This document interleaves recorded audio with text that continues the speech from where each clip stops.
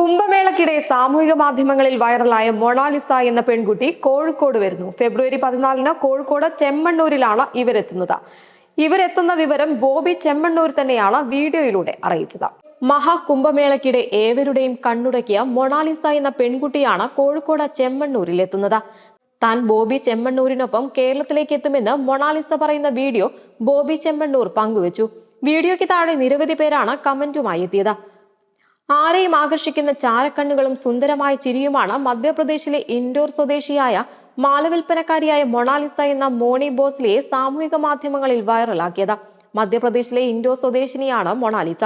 വൈറലായതിനു പിന്നാലെ പെൺകുട്ടിയെ തേടി നിരവധി ആളുകൾ എത്തിയതോടെ ഉപജീവന മാർഗമായിരുന്ന മാലവിൽപ്പന അവസാനിപ്പിക്കേണ്ടി വന്നിരുന്നു. കാണാനെത്തുന്നവരുടെ തിക്കും തിരക്കും വർദ്ധിപ്പിച്ചതോടെ മൊണാലിസയെ വീട്ടിലേക്ക് മടക്കി അയക്കുകയും ചെയ്തു.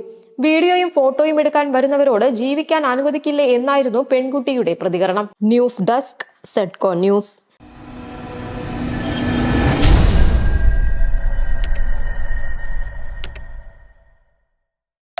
പല അമ്മമാരും കുഞ്ഞുങ്ങളായതിനു ശേഷം തങ്ങളുടെ ജോലി ഉപേക്ഷിക്കാറാണ് പതിവ്. എന്നാൽ ഇതിൽ നിന്നും വ്യത്യസ്തമായി മക്കൾക്കൊപ്പം സമയം ചെലവഴിക്കാൻ 700 കിലോമീറ്റർ ദിവസവും യാത്ര ചെയ്യുന്ന ഒരു അമ്മയാണ് താരം.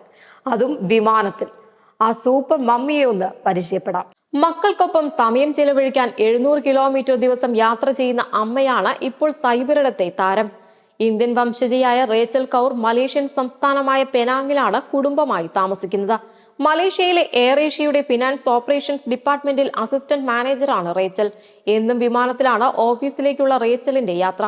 ഇതാണ് ഇക്കാര്യത്തിലെ ഏറ്റവും വലിയ കൗതുകം. 12ഉം 11ഉം വയസ്സുള്ള തന്റെ 2 കുട്ടികളോടൊപ്പം സമയം ചെലവഴിക്കാൻ പുലർച്ചെ 4 മണിക്ക് റേച്ചൽ വീട്ടിൽ നിന്നിറങ്ങും. തിരിച്ച് രാത്രി 8 മണിയോടെ വീട്ടിലെത്തും.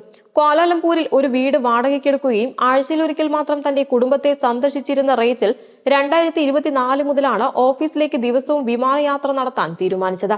വീട് വാടകയ്ക്കെടുത്ത് നിന്നതിനേക്കാൾ ചെലവ് കുറവാണെന്നും വിമാനയാത്രയ്ക്കായി ചെലവഴിക്കുന്നതെന്നുമാണ് റേച്ചൽ പറയുന്നത്. 41,000 രൂപ ചെലവഴിച്ചിരുന്നിടത്ത് ഇപ്പോൾ അത് 27,000 രൂപയാണ് റേച്ചലിന്റെ ചെലവ്. News desk Sedco news.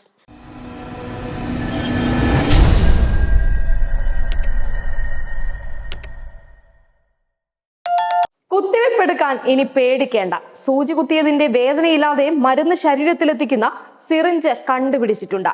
Bombay IIT കണ്ടുപിടിച്ച ആ ഷോക്ക് സിറിഞ്ച് ഒന്ന് കാണാം. പുതിയ ഷോക്ക് സിറിഞ്ച് തൊലിക്ക് നാശം വരുത്തുകയോ അണുബാധയുണ്ടാക്കുകയോ ഇല്ല. എയറോസ്പേസ് എഞ്ചിനീയറിംഗ് അടിസ്ഥാനപ്പെടുത്തിയാണ് വികസിപ്പിച്ചതെന്ന് നേതൃത്വം നൽകിയ വിരൻ മെനസസ് പറയുന്നു. ശബ്ദത്തേക്കാൾ വേഗത്തിൽ സഞ്ചരിക്കാൻ കഴിയുന്ന ഊർജ്ജ സമ്മർദ്ദ തരംഗങ്ങളിലൂടെയാണ് സിറിഞ്ചിലുള്ള മരുന്ന് ശരീരത്തിൽ പ്രവേശിക്കുന്നത്. ചെറിയൊരു മുറിവുണ്ടാക്കുന്നുണ്ട്. അത് തലമുടിയുടെ വീതിയോളം മാത്രമാണ്. ബോൾ പോയിന്റ് പേനയേക്കാൾ അല്പം കൂടി നീളം കൂടിയ സിറിഞ്ചിന്റെ ഒരു ഭാഗത്ത് സമ്മർദ്ദമേറിയ നൈട്രജൻ വാതകമാണ് ഉപയോഗിക്കുന്നത്. ശരീരത്തിൽ പ്രവേശിക്കുന്ന മരുന്നിന്റെ അളവ്, അവ ശരീരത്തിൽ പ്രവർത്തിക്കുന്ന രീതി എന്നിവ എലികളിൽ പരീക്ഷിച്ചപ്പോൾ വിജയമാണ്. മനുഷ്യരിൽ പരീക്ഷിച്ച് വേണ്ട മാറ്റങ്ങൾ വരുത്തണമെന്നും മെനസസ് പറയുന്നു. News desk Sedco news.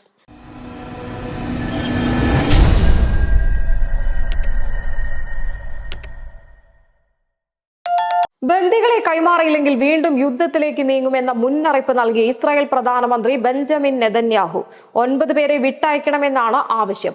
ഹമാസിനെ ഇല്ലാതാക്കും വരെ ആക്രമണം തുടരുമെന്നും നെതന്യാഹു പറഞ്ഞു. ബന്ദികളെ കൈമാറിയില്ലെങ്കിൽ ആക്രമണം തുടരുമെന്നാണ് നെതന്യാഹുവിന്റെ മുന്നറിയിപ്പ്.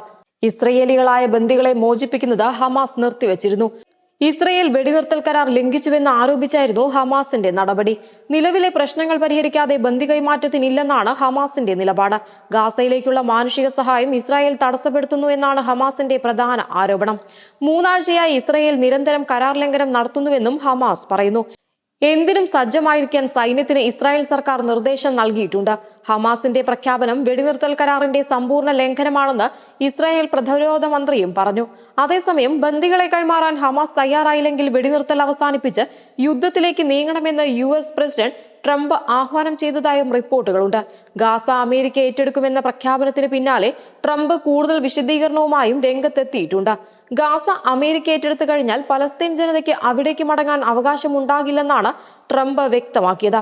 അറബ് രാജ്യങ്ങളിൽ മികച്ച താമസ സൗകര്യം ഒരുക്കിയാൽ പിന്നെ ഗാസയിലേക്ക് തിരിച്ചുവരുന്നതിനെ കുറിച്ച് ആലോചിക്കേണ്ടി വരില്ലെന്ന് ട്രംപ് പറഞ്ഞു. News desk Sedco news.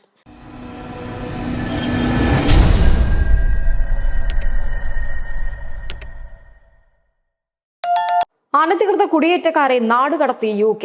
ഏറ്റവും പുതിയ റിപ്പോർട്ട് പ്രകാരം 800 ആളുകളെയാണ് UK നാടുകടത്തിയത്. ഇതോടെ ആശങ്കയിലാകുന്നത് ഇന്ത്യക്കാരുൾപ്പെടെയുള്ളവരാണ്. അമേരിക്കയുടെ ചുവട് പിടിച്ച് ചരിത്രത്തിലെ ഏറ്റവും വലിയ നാടുകടത്തലിന് UKയും ഒരുങ്ങുമ്പോൾ ആശങ്കയിലാകുന്ന പ്രധാന രാജ്യങ്ങളിലൊന്ന് ഇന്ത്യയാണ്. ഇന്ത്യയിൽ നിന്നുള്ള ഏറ്റവും അധികം ആളുകൾ കുടിയേറിയിട്ടുള്ള രാജ്യങ്ങളിലൊന്നാണ് ബ്രിട്ടൻ. പുതിയ റിപ്പോർട്ടുകൾ അനുസരിച്ച് 800 ആളുകളെ UK നാടുകടത്തി. ഇന്ത്യയിൽ നിന്നുൾപ്പെടെ വിദ്യാർത്ഥി വിസകളിൽ UKയിൽ എത്തിയിട്ടുള്ള ആളുകളുടെ എണ്ണം നിരവധിയാണ്. ഇത്തരക്കാർക്ക് തൊഴിൽ ചെയ്യുന്നതിന് ഉൾപ്പെടെ നിയന്ത്രണങ്ങളുണ്ട്. അതുകൊണ്ട് തന്നെ യുണൈറ്റഡ് കിങ്ഡം ലേബർ ഗവൺമെന്റാണ് അനധികൃതമായി ബ്രിട്ടനിൽ ജോലി ചെയ്യുന്നവരെ കണ്ടെത്തി നടപടി സ്വീകരിക്കാൻ ഒരുങ്ങുന്നത്.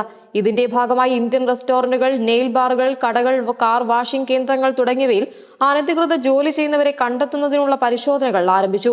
ബ്രിട്ടീഷ് ഹോം സെക്രട്ടറി അവെറ്റ് കൂപ്പറിന്റെ നേതൃത്വത്തിൽ നടക്കുന്ന പരിശോധനയിൽ മുൻ വർഷങ്ങളേക്കാൾ അധികം അനധികൃത തൊഴിലാളികളെ കണ്ടെത്തിയതായാണ് റിപ്പോർട്ട്. 828 കേന്ദ്രങ്ങളിലായി നടത്തിയ പരിശോധനയിൽ 609 പേരെയാണ് അറസ്റ്റ് ചെയ്തത്. നോർത്തേൺ ഇംഗ്ലണ്ടിലെ ഒരു ഇന്ത്യൻ റെസ്റ്റോറന്റിൽ നിന്ന് മാത്രം മതിയായ രേഖകളില്ലാതെ ജോലി ചെയ്തിരുന്ന 4 പേരെ പിടികൂടിയതായാണ് വിവരം. ഇത്തരത്തിൽ പല സ്ഥാപനങ്ങളിലും മുൻ വർഷങ്ങളിലേതിനേക്കാൾ കൂടുതൽ ആളുകൾ ജോലി ചെയ്യുന്നുണ്ടെന്നാണ് റിപ്പോർട്ട്. കുടിയേറ്റ നിയമങ്ങൾ അനുസരിക്കാനും നടപ്പിലാക്കാനും എല്ലാവർക്കും ഉത്തരവാദിത്തമുണ്ട്. ഏറെ നാളുകളായി അനധികൃതമായി കുടിയേറുന്ന ആളുകളെ തൊഴിലുടമകൾ ചൂഷണം ചെയ്യുന്നത് തുടരുകയാണ്. ഇതൊരു വെല്ലുവിളിയാണെന്നും അവെറ്റ പറഞ്ഞു. News desk, Sedco news.